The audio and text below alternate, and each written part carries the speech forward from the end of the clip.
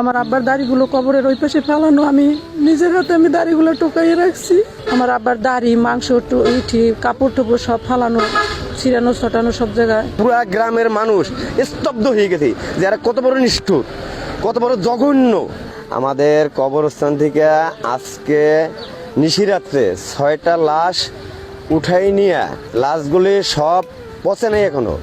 তারপরে তাদেরকে পাশে একটা বাগানে নিয়ে ব্লেড দিয়ে চাইছে দাড়ি টাইনে কি বিচ্ছিরিভাবে, এটা বলার মতো না। আমরা খুব মর্মাহত। আমরা তো অনেক কষ্টের বিনিময়ে আমরা সাংবাদিকের সাথে কথা বলতেছি, আসলে আমাদের কথা বলার মতো কোনো ভাষা নাই।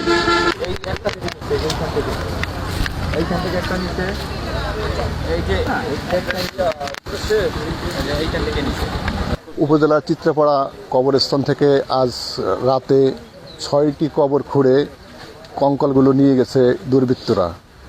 এখানে আমরা কবরস্থানে অবস্থান করতেছি। আমরা যাদের লাশ চুরি করে নিয়ে গেছে তার স্বজনদের সঙ্গে আমরা একটু কথা বলার চেষ্টা করব। আপনার নাম কি? আমার নাম হাসিব চাঁদ। কি হয় আপনার? আমার চাচা। কীভাবে হলো? আজকে সকাল ভোরবেলা আমার বাবারে ফোন দিছে আমার ফুফাতো ভাই যে কবরস্থানে এরকমের কবরগুলা খোঁড়া খোঁড়া এই অবস্থা। পরে আমরা শুনে সাথে সাথে চলে আসলাম এখানে। এসে দেখি যে কবরগুলা খোঁড়া এবং কবরের ভিতরে লাশ নাই। হ্যাঁ, এগুলো দেখলাম এবং পাশে ঝোপের ভিতরে, তখন ওইখানে ঝোপের ভিতরে গেলাম, তখন দেখলাম যে ঝোপের ভিতরে আপনার লাশের যে কাপড়গুলা ছিল কাপড়গুলো আলাদা করে তারা কঙ্কালগুলো সব নিয়ে গেছে। আচ্ছা আপা, আপনার বাবার তো কবর ছিল এখানে, লাশটা নিয়ে গেছে না? হ্যাঁ, আমার বাবার কবর ছিল, আমার আব্বার লাশ এখান থেকে নিয়ে গেছে আজ রাত্রেই। কবরের ওই পাশে পশ্চিম পাশে টাইনে নিচে নিয়ে ওই জায়গা মাংসগুলো ছিঁড়ে শুকিয়ে গেছে, ওইগুলো রাইখে গেছে ফালাইয়া। কাফনের কাপড় রাখা আছে। আমার আব্বার দাড়িগুলো কবরের ওই পাশে ফেলানো, আমি নিজের হাতে আমি দাড়িগুলো টোকাইয়ে রাখছি। তা আমি এর দৃষ্টান্তমূলক শাস্তি চাই, যাতে আর কোনো সন্তানের এরকম বাবার শরীরের অংশ হাত দিয়ে না টোকান লাগে, এর বিচার চাই আমি। এখানে কি আগে পরে কখনো এরকমের ঘটনা ঘটছে? না না, কখনোই ঘটেনি, এই প্রথম। আগে পিছে কখনো এগুলো হয় নাই। গতকালকেও আমি 10টা বাজে এই জায়গায় আসছি। আমার আব্বার কবরের পাশে দাঁড়াই আমি কবর জিয়ারত কইরা কান্নাকাটি কইরা, আমার মা অসুস্থ, আমি মার কাছে গেছি। কালকে সন্ধ্যায় আমি বাড়ি গেছি, সকালবেলা একদম 6টা বাজে আমার ছোট কাকা ফোন দিছে। তারপরে আমি কবরস্থানে আসলাম, আইসে দেখি যে এই অবস্থা। আমার আব্বার লাশ উঠে নিয়ে গেছে। আমার আব্বার দাড়ি, মাংস, ইটি, কাপড় টুপড় সব ফালানো, ছিড়ানো ছটানো সব জায়গায়। এর শাস্তি চাই আমরা, বিচার চাই।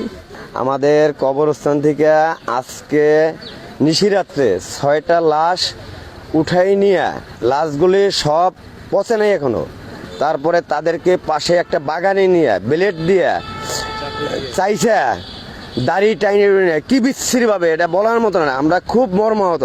আমরা তো অনেক কষ্টের বিনিময়ে আমরা সাংবাদিকের সাথে কথা বলতেছি, আসলে আমাদের কথা বলার মতো কোনো ভাষা নাই।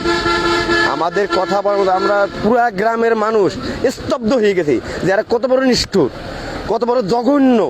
এখন আমরা এই ব্যাপারে কোটালীপাড়া, গোপালগঞ্জ যে প্রশাসন আছে এদের প্রতি আমরা দ্রুত আহ্বান জানাইতেছি যে এটা দ্রুত সম্ভব এটা তদন্ত করিয়া দৃষ্টান্তমূলক শাস্তির দাবি জানাইতেছি।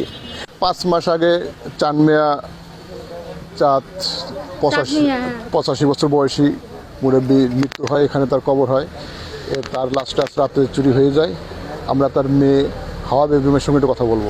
আমার বাবা অক্টোবরের 30 তারিখ মারা গেছে। এই 5 মাস 5 দিন চলে। আমার বাবা 2টা মসজিদ গড়ছে, মসজিদে নামাজ পড়ছে, শশিনের মুরিদ ছিল, আর জামাতে গেছে, তাবলিগে গেছে। আমার বাবা অনেক ফরজগারি ছিল। তার এই লাশটা কে নিল, এই আপনার কাছে এইটার সুস্থ তদন্ত চাই, আর সরকারের কাছে এইটা বিচার চাই। আমি এই জায়গা বাড়িতে আমি শুনলাম যে এই জায়গায় 5-6টা লাশ নিয়ে গেছে, বুঝছেন। এইখান থেকে শুনকে আমরা বাড়িতে চলে গেছি। চলে গিয়ে দেখলাম যে 6টা লাশ উঠাইয়ে নিয়ে গেছে। এই চামচেই আমি 6টা উঠাইছে, মানে 3টে নিছে। হ্যাঁ, 3টে নিছে, আর নিতে পারে নাই। এই চামচ আমি করছি। আমার বাড়ির শীতকুণ্ড, আমি তো জানি না, শুনছি কোটালীপাড়া যে লাশ নিয়ে গেছে, আমি দেখার জন্য আসছি। তা দেখতেছি আসলে 5-6টা লাশ কবর খোঁচা। ওই সাইডে যে কটা কবর খোঁচা কটা ঘুরে ঘুরে দেখলাম আর কি, যে কবর খোঁচা হয়েছে, লাশও নিয়ে গেছে। এখানে ঘুরে যেটা আমরা দেখতে পাচ্ছি, এখানে একাধিক কবর থেকে মাটি খুঁড়ে অন্তত 6টা লাশ নিয়ে গেছে। লাশগুলো কাপড় চুপড় ফেলে রেখে গেছে, শুধু কঙ্কালগুলো নিয়ে গেছে, এমনটাই দাবি করছে এখানের স্থানীয় জনগণ। কাজী পলাশ, কোটালীপাড়া, মাই টিভি।